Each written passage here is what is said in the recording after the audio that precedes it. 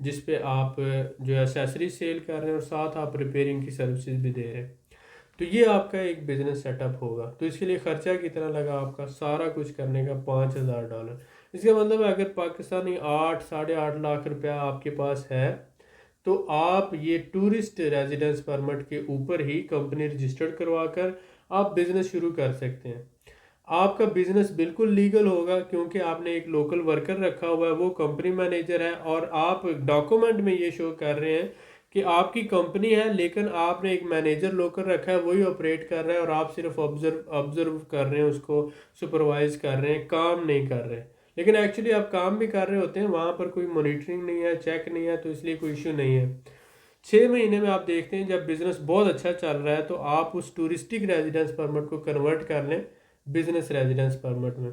اس کے لیے آپ کو تھوڑے سے ایکسٹرا پیسے لگیں گے. آپ کا جو کیپٹل ہے آپ کو بڑھانا پڑے گا. 1 لاکھ ٹرکش لیرہ تقریباً $16,000 بن جاتا ہے. 2 ورکر پرماننٹ رکھ لیں اور 3 ورکر ٹیمپریری رکھ کے آپ جو ہے اس کو ریزیڈنس میں کنورٹ کروا لیں, بزنس ریزیڈنس. جب آپ بزنس ریزیڈنس لیتے ہیں تو اس پہ پھر آپ اپنی فیملی کو اسپانسر کر کے منگوا سکتے ہیں اور ان کو ایز اے ڈپینڈنٹ اپنے بچوں کا, اپنی بیوی کا آپ ویزا لے سکتے ہیں. تو اس طرح سے اگر آپ ہر سال رینیو کرواتے رہتے ہیں بزنس ریزیڈنس تو 5 سال بعد آپ کو شہریت مل جاتی. تو یہ اوور آل جو میں نے آپ کو بتایا ہے. جی سر, ماشاءاللہ, بہت شکریہ سر آپ کا. سر میں آپ سے جاننا چاہوں گا کہ جیسا کہ آپ نے بتایا کہ ٹورسٹک ریزیڈنس پرمٹ کو بزنس ریزیڈنس پرمٹ میں چینج کر لیں, تو 6 سے 7 ماہ کے بعد یہ پلاننگ کرنا کیوں ضروری ہے؟ جی بالکل صحیح. دیکھیں, فرض کریں کہ آپ یہ پلاننگ نہیں کرتے. جی سر. تو اس کا نقصان کیا ہوگا کہ 1 سال کے بعد آپ کا جو ریزیڈنس پرمٹ ہے وہ ایکسپائر ہو جائے گا. ٹھیک ہو گیا سر. آپ کی کمپنی تو لیگل ہے, آپ کا ورکر بھی لیگل ہے, آپ کا ریزیڈنس پرمٹ ایکسپائر ہو گیا ہے, آپ چلے جائیں پاکستان یا جہاں سے آئے وہاں چلے جائیں. جی سر. آپ کا بزنس یہاں پہ ہے. اگر آپ سمجھتے ہیں کہ آپ کا ورکر اس کو مینیج کرتا رہے گا تو پھر تو اچھی بات ہے. بالکل ٹھیک ہے سر. لیکن اگر آپ نے یہاں پہ رہنا ہے تو آپ نے اپنا جو ٹورسٹک ریزیڈنس پرمٹ ایکسپائر ہونے سے پہلے آپ کو لینا ہے. تو جی دوسری سر. دفعہ تو وہ قانون کے حساب سے آپ کو ملے گا نہیں. بالکل ٹھیک ہے سر. دوسری دفعہ لینے کا 2 طریقے ہیں, آپ سمجھ لیں 3 طریقے, لیکن ہم 2 کر لیں اس کو, یا ویسے 4 ہیں.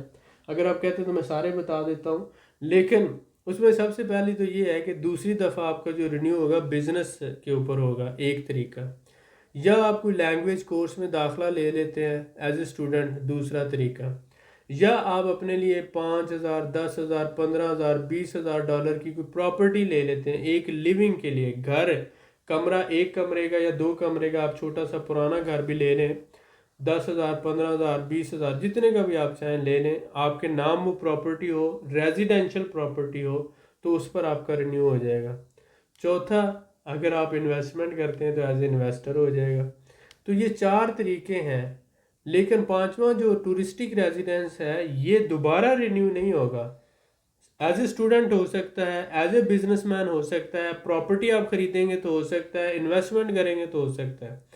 یہ 4 طریقوں سے ہو سکتا ہے. تو اس لیے آپ مجبور ہیں اس میں, آپ کا اسٹوڈنٹ کے طور پر آپ کرنا نہیں چاہیں گے, آپ بزنس اونر ہیں, تو آپ کے لیے سب سے بیٹر یہ ہے کہ آپ اپنی کمپنی کو جو ہے, تو جب آپ ایک اپنی کمپنی کی ریکوائرمنٹ پوری کر کے اس کو کنورٹ کر لیں, اس کا فائدہ یہ ہوگا کہ ایک تو آپ کی جو ریزیڈنس ہے وہ لیگل کنسیڈر کی جائے گی. جی سر.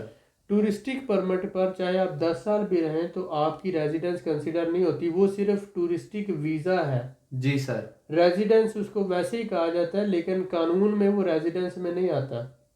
ریزیڈنس وہ ہے کہ یا تو پراپرٹی ہو, یا ایز اے آپ بزنس مین لیں, یا ایز اے انویسٹر لیں. بالکل ٹھیک ہے سر. اسٹوڈنٹ کا بھی ریزیڈنس نہیں آتا, اور یہ جو ٹورسٹک ہے یہ بھی نہیں آتا. جب آپ ایز اے بزنس مین کریں گے, پراپرٹی لے کے کریں گے, ایز اے انویسٹر کریں گے, تو ان تینوں صورتوں میں آپ کو 5 سال بعد نیشنلٹی مل جائے گی. جی سر, ٹھیک ہو گیا. اسٹوڈنٹ پہ اور ٹورسٹک پہ نہیں ملتی, اور ٹورسٹک جو ہے next touristic residence permit next جو ہے وہ رینیو نہیں ہوگا. بالکل ٹھیک ہے سر, بہت شکریہ سر آپ کا.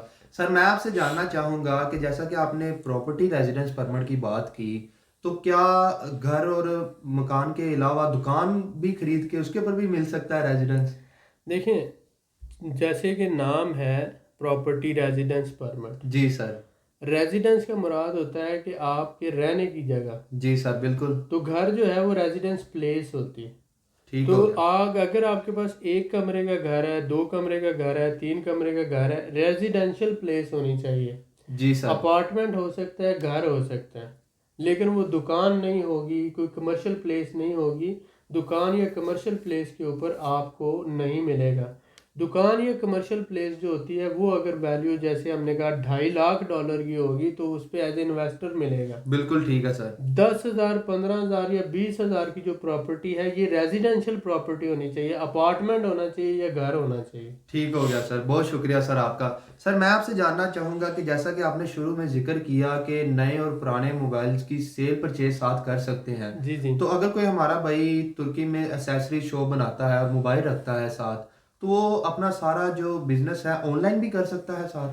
جی بالکل. ترکی میں تقریباً 12 سے 15 جو سائٹس ہیں جی سر. ای کامرس کی، تو آپ وہاں پر جو ہے مفت میں ایڈ لگا کر اپنا جو ہے موبائل کی تصویریں لگا کر پرانے موبائلز کی، ٹھیک ہو گیا تو سر. آپ ان کو سیل کر سکتے ہیں، نئے بھی سیل کر سکتے ہیں. اس کے زبردست. علاوہ آپ لوگوں سے بھی نئے موبائل اور پرانے موبائل جو ہیں وہ اس طرح سے ایکسچینج کر سکتے ہیں، سیل کر سکتے ہیں. جی سر. تو اسیسریز اور نئے پرانے موبائل کا بزنس آپ دکان پہ بھی کر سکتے ہیں، آن لائن بھی کر سکتے ہیں. بالکل ٹھیک اور ہے سر. ٹرکی میں تقریباً 80% لوگ جو ہیں وہ ای کامرس، کیونکہ سارے پڑھے لکھے ہیں، آن لائن سیلنگ بائنگ ہوتی ہے اور بڑی آسانی سے ہوتی ہے.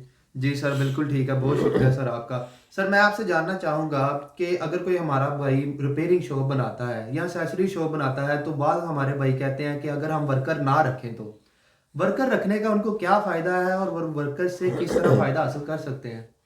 بہت اچھی بات ہے. ہر بندہ یہ چاہتا ہے کہ اس کو پیسہ نہ دینا پڑے اور وہ سارے کام خود ہی کر لیں. جی سر بالکل. میں بھی آپ کی جگہ ہوتا تو میں بھی یہی سوچتا، لیکن مقصد یہ ہے کہ جب آپ ٹورسٹک ریزیڈنس پرمٹ پہ ہیں تو آپ لیگلی الاؤڈ نہیں ہے. ہم قانون کی نظر سے دیکھتے ہیں نا، تو لیگلی آپ الاؤڈ نہیں ہیں بزنس کرنے کے. جی سر. لیکن آپ کمپنی جب بنا لیتے ہیں تو کمپنی پہ کسی نے تو کام کرنا ہے.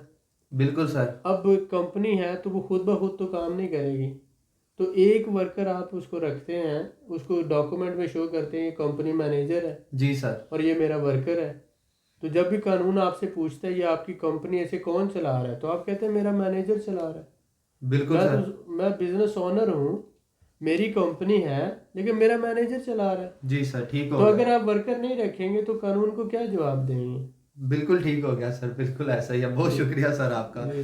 سر میں آپ سے جاننا چاہوں گا کہ اگر کوئی ہمارا بھائی یہ ایسیسریز کا اور موبائل ریپیئرنگ کا بزنس کرتا ہے، تو وہ بزنس ریزیڈنس لینے کے بعد اپنی فیملی، بچوں اور والدین کو ساتھ رکھ سکتا ہے کیا؟ جی بالکل. ٹورسٹک ریزیڈنس جو ہے اس کے اوپر آپ نہیں رکھ سکتے، جی یہ سر. آپ کا انڈیویجول ہے. بالکل لیکن ٹھیک. جب آپ بزنس اونر ہیں، آپ کو بزنس ریزیڈنس مل گیا ہے، تو پھر آپ اپنے جو ڈیپینڈنٹس ہیں، آپ کے بچے ہیں 18 سال سے کم اور آپ کی وائف ہے، ان کو آپ اپنے ساتھ رکھ سکتے ہیں. جی سر. پیرنٹس اگر بیمار ہیں یا وہ ان کی عمر 64 سال سے زیادہ ہے جی سر. تو ان کو بھی ایز اے ڈیپینڈنٹ آپ اپنے ساتھ رکھ سکتے ہیں. بالکل ٹھیک ہے سر. بہت شکریہ سر. میں آپ سے جاننا چاہوں گا کہ اگر کوئی ہمارا بھائی یہ بزنس کرتا ہے موبائل ریپیئرنگ کا یا ایسیسریز کا، تو اس کے اوپر ٹیکس کی ریشو کیا ہے؟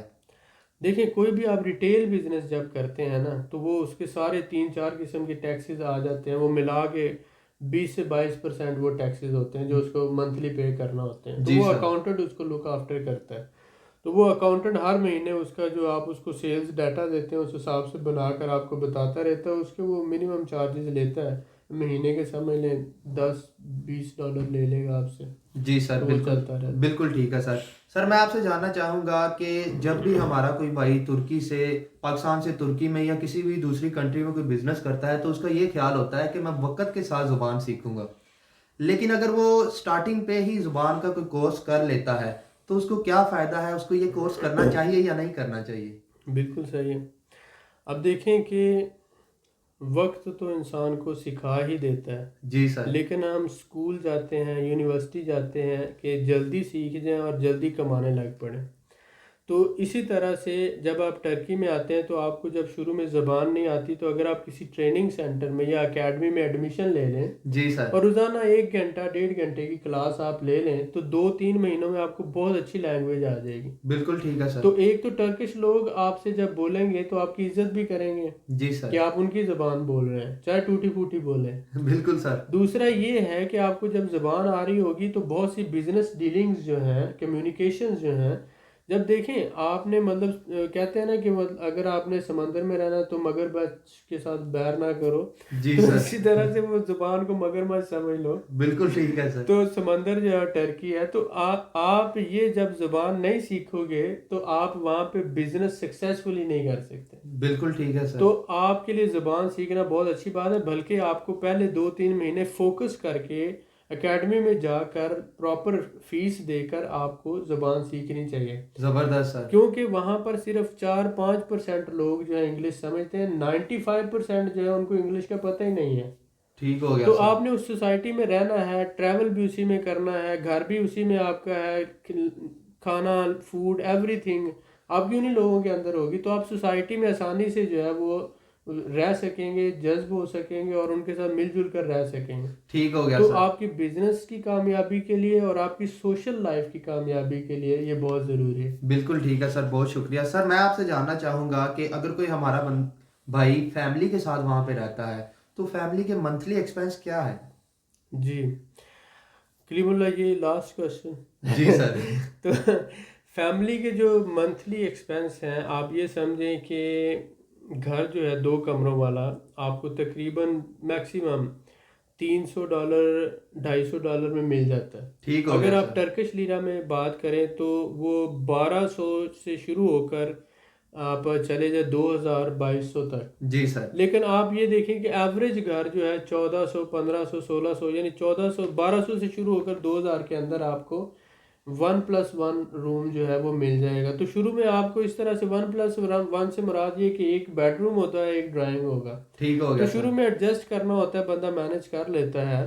تو یہ سمجھ لیں کہ زیادہ سے زیادہ $200 میں، $200 سے $250 میں آپ کو مل گیا. بالکل ٹھیک ہے سر. اور $200 سے $250 یا میکسیمم $300 آپ لگا لیں کھانے پینے اور ٹرانسپورٹ کا. جی سر. تو ایک فیملی کا جو خرچہ ہے $500 ہے، یعنی ایوریج کی بات کر رہا ہوں، بہت اچھے کی نہیں بات کر رہا. جی سر میں سمجھ تو گیا. گھر کا کرایہ، کھانا اور ٹرانسپورٹ، تینوں خرچے $500 میں مینج ہو سکتے ہیں درمیانے درجے کے گھر میں. بالکل ٹھیک ہے سر. ٹھیک ہے. تو اگر آپ مطلب ہائی سٹینڈرڈ میں رہتے ہیں تو پھر وہ $1000 بھی ہو سکتا ہے. جی سر. لیکن ہم ایوریج کی بات کریں تو $500 میں ایک فیملی آسانی سے 1 مہینے میں سروائیو کر سکتے. بالکل ٹھیک ہے سر. میں سر آپ کا بڑا شکر گزار ہوں کہ آپ نے اپنا قیمتی ٹائم دیا اور ہمارے بھائیوں کے لیے وہ انفارمیشن دی جو ان کے لیے بہت ضروری تھی. بہت شکریہ. مزید معلومات کے لیے ہمارے چینل کو سبسکرائب کریں، ویڈیو کو لائک کریں اور شیئر کریں، بیل آئیکن کو ضرور پریس کریں تاکہ اگلی ویڈیو آپ کو مل سکے. اللہ حافظ.